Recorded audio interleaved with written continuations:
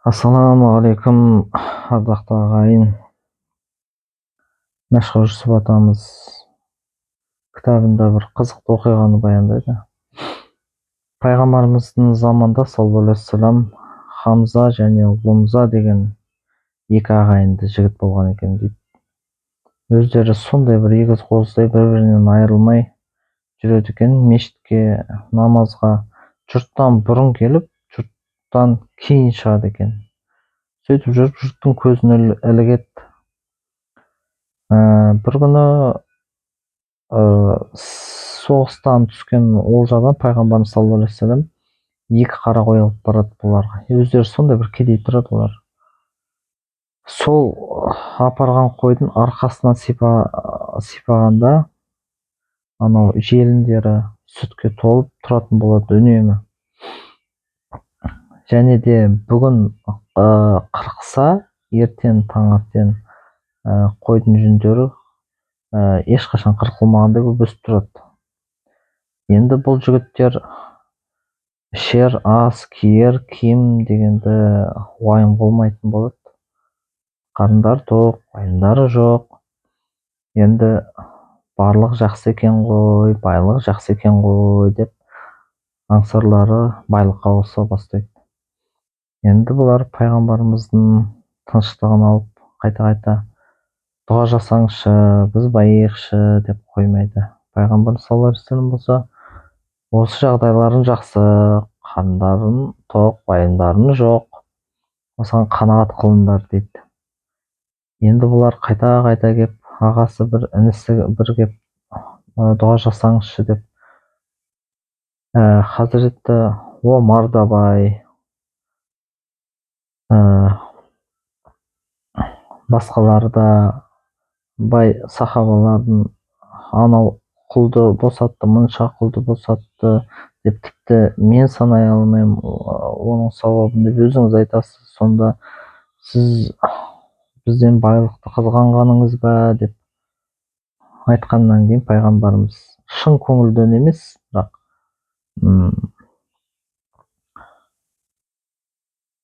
малдың астында қалыңдар деп бата береді бұларға.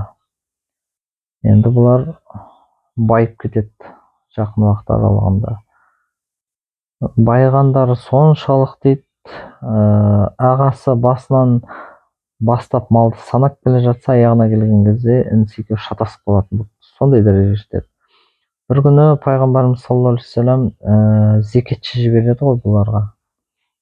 Сөйтіп зекетші барса, әлгі екі ағайынды інілі жігіт пайғамбарымыз хақында бұл зекетшіге Абу Жахил не айтса, сол нәрселерден кем нәрсе айтпай, баяғыда бір екі қой берген бар еді, соны қайта-қайта бұлдап қоймады ғой деп, және неше түрлі сөздер айтып, әлгі зекетшіні келгеніне өкіндіріп жібереді ғой.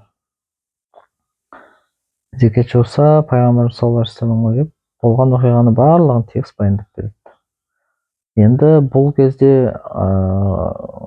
оқиғалар көп болған екен.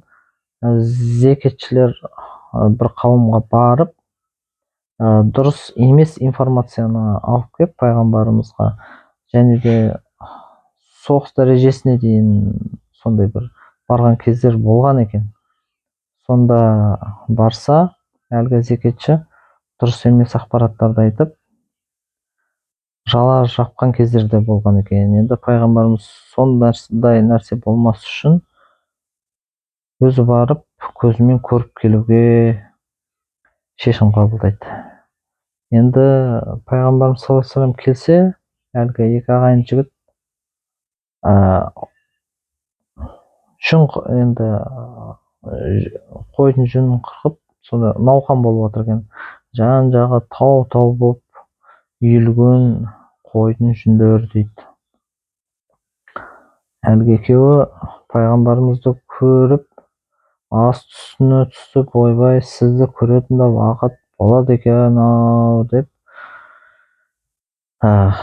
жақсы сөздерін айтып, ағасы інісіне барып қойды бір қой бауызда деп енді бұйрық береді ғой. Інісі болса шығып кетіп бара жатып ағасына көзін қысады. Ағасы болса ойбай қазір бұл бір семізді сойып қойып жүрмесін деп артынан іле шала жүгіріп шығады. Сөйтіп енді бұған біз өзіміздің қолымызбен өсірген сондай бір семірткен қойды қалай ғана қиып соямыз. Оданша бұған бұл жетім күнде не жемеді дейсің, оданша бұған бір мысықты сойып бере салайық дейді ғой. Сөйтіп мысық сойып палау басады ғой.